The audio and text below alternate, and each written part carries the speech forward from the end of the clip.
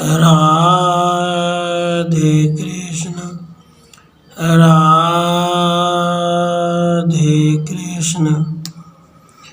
पैंगल ऋषि ने फिर याज्ञवल्क्य जी से पूछा कि समस्त लोकों की सृष्टि स्थिति संहार करने वाला ईश्वर किस प्रकार जीव भाव को प्राप्त होता है।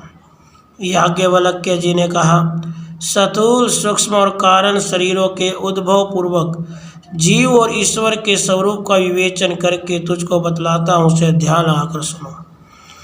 ईश्वर ने व्यष्टि और समष्टि के स्थूल शरीरों को पंचीकृत महाभूतों का अंश लेकर क्रम से उत्पन्न किया है।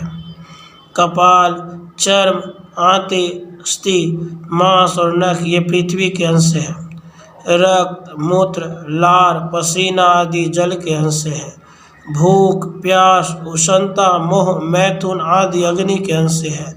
चलना, उठना, बैठना, सांस लेना आदि वायु के अंश हैं। आकाश के अंश काम, क्रोध आदि हैं। इस भांति इन सब के संघात व कर्म से निर्मित त्वचा आदि से युक्त बाल्य अवस्था आदि की भावना वाला बहुत से दोषों का आश्रय रूप यह स्थूल शरीर होता है। फिर अपंचीकृत महाभूतों के रज अंश के 3 भागों को लेकर प्राण की रचना की गई। प्राण, अपान, व्यान, समान, उदान ये 5 प्राण, नाग, कूर्म, किरकल, देवदत्त, धनंजय ये 5 उपप्राण हैं। हृदय, मुख, नासिका, कंठ ये सब शारीरिक अंग उसके स्थान हैं।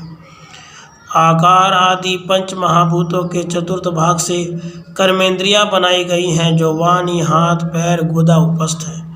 वचन, दान, गमन, विसर्जन और आनंद इन इंद्रियों के विषय हैं। इस प्रकार महाभूतों के 7 अंश के 3 भागों से अंतःकरण उत्पन्न किया। मन, बुद्धि, चित्त, अहंकार और अंतःकरण उसकी वृत्तियां हैं। संकल्प, निश्चय, स्मरण, अभिमान और अनुसंधान उसके कार्य हैं। गला, मुख, नाभि, हृदय, भौहों का मध्य उनके स्थान है। 7 अंश के चतुर्थ भाग से ज्ञानेंद्रिया उत्पन्न की, जो कान, त्वचा, नेत्र, जिह्वा, घ्राण है। इनके विषय हैं शब्द, स्पर्श, रूप, रस और गंध। दिशाएं, वायु, सूर्य, वरुण, अश्वनी, अग्नि, इंद्र, उपेंद्र, मृत्यु, यम, चंद्र, विष्णु, ब्रह्मा, शंभु ये तीनों इंद्रियों के अधिपति हैं।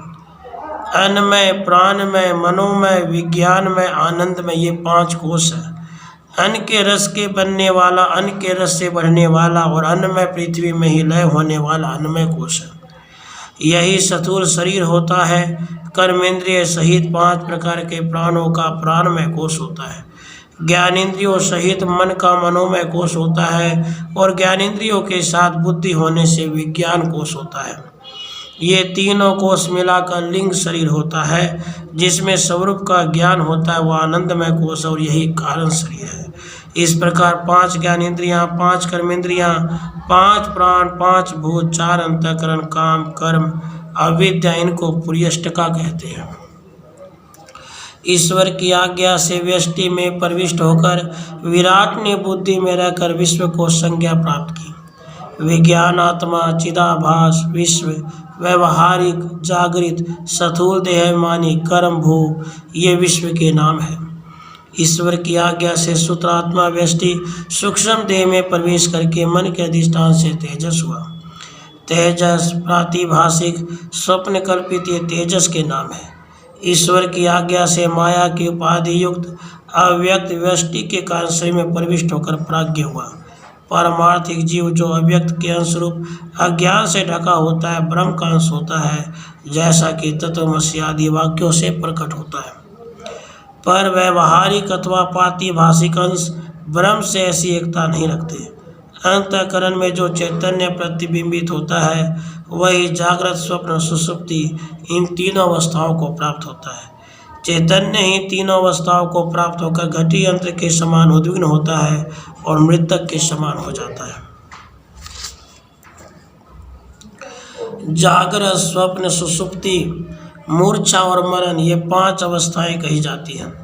जागृत अवस्था यह है जिसमें कान, आँख आदि ज्ञान इंद्रियां अपने अपने देवताओं की शक्ति से युक्त होकर विषयों को ग्रहण करती हैं। उस अवस्था में जीव भौहों के मध्य में निवास करता है। पर मस्तक से लेकर चरण तक समस्त शरीर में व्याप्त रहता है और कृषि से लेकर श्रवण तक अर्थात कर्मेंद्रियां और ज्ञान इंद्रियों के सब कामों को करता है और उसका फल भी प्राप्त करता है।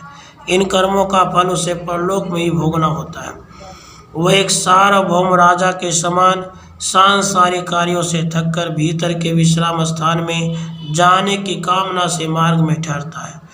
जब इंद्रियां अपनी क्रिया बंद कर देती है तब जागृत अवस्था के संस्कारों से ग्राह्य ग्राहक रूप की जो संपूर्ण होती है वह स्वप्न अवस्था है। उस अवस्था में विश्व नाम का जीव जागृत अवस्था के व्यवहार का लोप करके नाड़ी के मध्य तेजस भाव को प्राप्त होता है।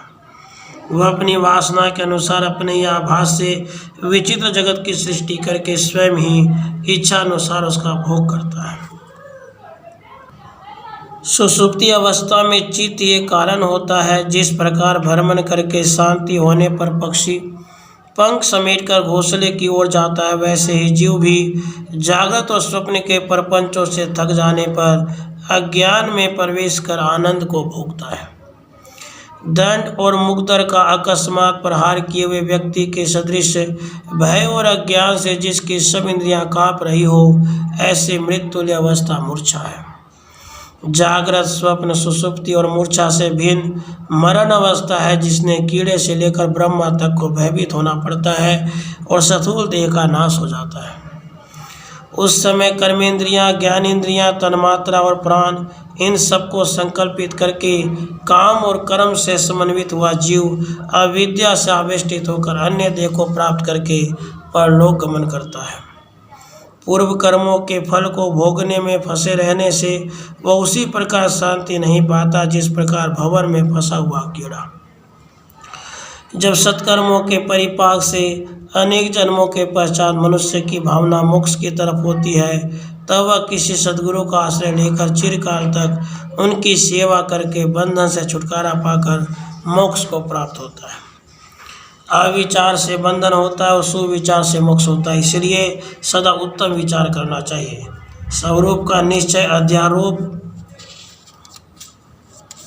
और अपवाद से किया जाता है। इस प्रकार जगत जीव और ईश्वर के जीव भाव और जगत भाव का निराकरण करने से अपने प्रत्येक आत्मा से अभिन्न केवल ब्रह्म ही शेष रहता है। राधे कृष्ण, राधे कृष्ण।